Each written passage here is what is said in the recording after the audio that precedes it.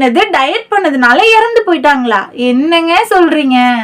நேத்து மதுரையில ஒரு பொண்ணு வந்து அவங்க அப்பா முன்னாடியே என்ன காப்பாத்துங்கப்பா, என்னால முடியல, எப்படின்னா காப்பாத்திடுங்க அப்படின்னு கதறினாலும் அதுல கஷ்டமான விஷயம் என்னன்னா அவங்க அப்பாவால கூட காப்பாத்த முடியல, டாக்டர்ஸால கூட அவங்கள காப்பாத்த முடியல. ஒரு விஷயம் நம்ம பண்ண போறோம்னா அது எப்படி ப்ராப்பரா பண்ணணும்ன்ற ஒரு ப்ராப்பர் நாலேஜ் இல்லாத ஒரு ரீசன்னாலதான் ஃபர்ஸ்ட் அவங்க என்ன மாதிரி டயட் ஃபாலோ பண்ணாங்கன்னு பார்க்கலாம். நம்ம சாப்பிடாம இருந்தா ஒல்லி ஆயிடலாம், இந்த கஷாயம் குடிச்சா ஒல்லி ஆயிடலாம், இந்த மாதிரி ட்ரிங்க் குடிச்சா ஒல்லி ஆயிடலாம்னு சொல்லி யூடியூப்ல எக்கச்சக்கமான டாக்டர்ஸாவே இருந்தாங்க. இப்போ டாக்டர்ஸ் எல்லாமே இன்ஃப்ளூயன்சர்ஸாவும் ஆயிட்டாங்க இல்லைங்களா?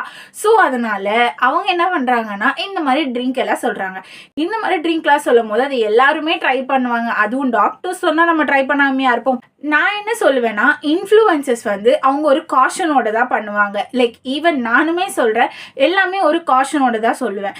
அது யாருக்கு சூட் ஆகும் யாருக்கு சூட் ஆகாதுன்றத ப்ராப்பரான இன்ஃபர்மேஷன் வந்து நிறைய இன்ஃப்ளூயன்சர்ஸ் சொல்ல மாட்டாங்க. இந்த மாதிரி விஷயங்கள் எல்லாத்தையும் பார்த்து இன்ஃப்ளூயன்ஸ் ஆகிற நம்ம தாங்க கொஞ்சம் ஜாக்கிரதையா இருக்கணும்.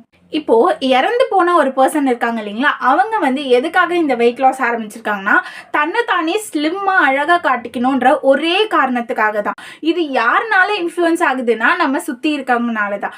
நீ வந்து குண்டா இருக்க, நீ குண்டா இருந்தா நல்லா இருக்க மாட்ட, நீ ஸ்லிம் ஆனா அழகா இருப்ப, இந்த மாதிரி ஒரு கோட் வேர்ட்ஸ் எல்லாமே வச்சு நம்மள அக்யூஸ் பண்றதுனால நமக்குமே வந்து ஒரு இன்செக்யூரிட்டி கிரியேட் ஆகுது. நம்ம எதுக்காக ஃபர்ஸ்ட் ஒல்லி ஆகணும்ன்றத தெரியாமையே நம்ம நிறைய பேர் டயட் இருந்து ஒல்லி ஆயிட்டு இருக்கோம். நீங்க குண்டா இருந்தாலுமே நீங்க வந்து ஹெல்த்தியா இருக்கீங்கன்னா இட்ஸ் கம்ப்ளீட்லி ஆப்ஷனல் கைஸ். நீங்க ஒல்லி ஆகணும்னு அவசியமே கிடையாது. யார் என்ன சொன்னாலுமே ப்ளீஸ் மற்றவங்களுக்காக ஒல்லி ஆகாதீங்க. டாக்டர்ஸ் சைடில் யாருன்னா பார்க்குறீங்க அப்படின்னா ப்ளீஸ் நான் உங்கள் எல்லாத்தையுமே பெரிய ரெக்வஸ்ட்டாகவே கேட்டுக்கிறேன். ஃபஸ்ட்டு அக்யூசேஷன் எடுத்த உடனே நீங்கள் ஒல்லி ஆகுங்க, ஒல்லி ஆனால் நீங்கள் வந்து நார்மல் ஆகிடுவீங்கன்றத சொல்கிறத நிறுத்துங்க. அது என்னோட பர்சனல் கன்சர்ன் தான்.